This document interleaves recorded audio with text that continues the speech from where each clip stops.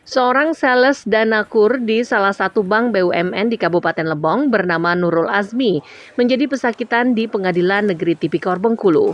Ia didakwa oleh Jaksa Penuntut Umum dengan pasal 2 ayat 1 atau pasal 3, junto pasal 18 Undang-Undang Tindak Pidana Korupsi.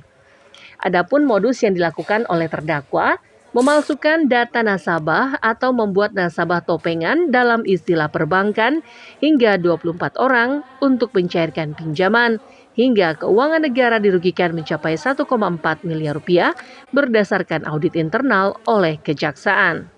Untuk kronologi ini tadi sudah didengarkan ya sama-sama di persidangan yang dibacakan oleh Bu Jesa, bahwa kronologinya si mantri ini atau sales kur ini di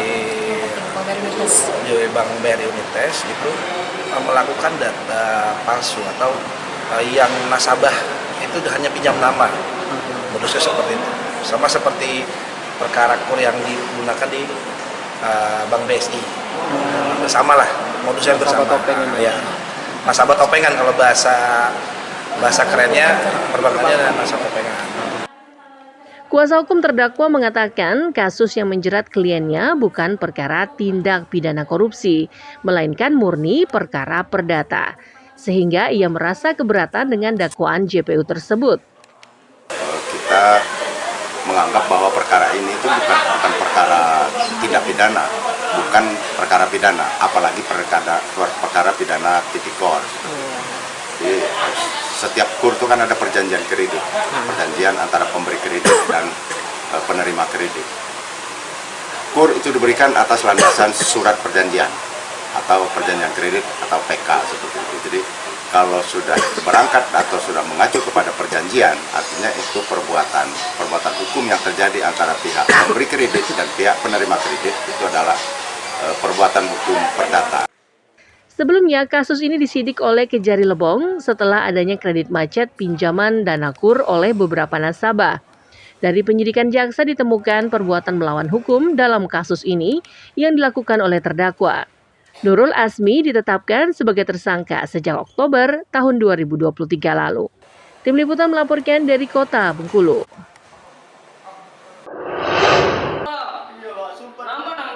Pencuri etalase pedagang gorengan di Kelurahan Sukarami, Kecamatan Selebar, Kota Bengkulu beberapa waktu lalu akhirnya tertangkap. Pelaku tak berkutik saat ditangkap korban bersama warga ketika hendak menjual etalase curian di media sosial. Saat itu korban berpura-pura mencari etalase untuk berjualan dan ternyata pelaku menawarkan etalase yang sama persis dengan miliknya yang dicuri dengan harga Rp600.000. Korban Iskandar kemudian mendatangi rumah pelaku berinisial PN di kawasan Lingkar Barat setelah setuju ingin membeli.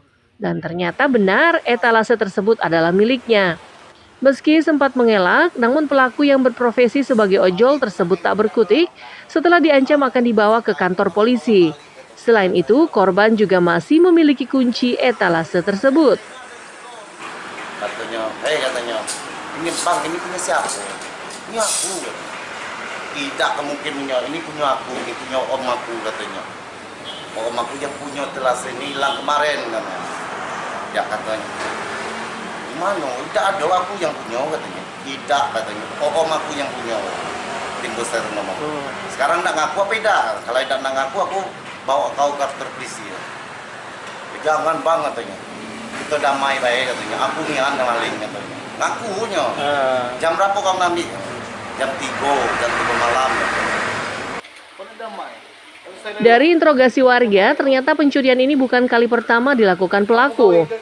Pelaku sering beroperasi pada dini hari dan mencuri etalase pedagang atau warga lainnya yang tertinggal di luar rumah atau ruko. Korban tidak melaporkan kejadian ini ke polisi dan meminta berdamai serta memaafkan pelaku setelah orang tua pelaku diminta datang untuk menjemputnya. Tim Liputan melaporkan dari Kota Bengkulu.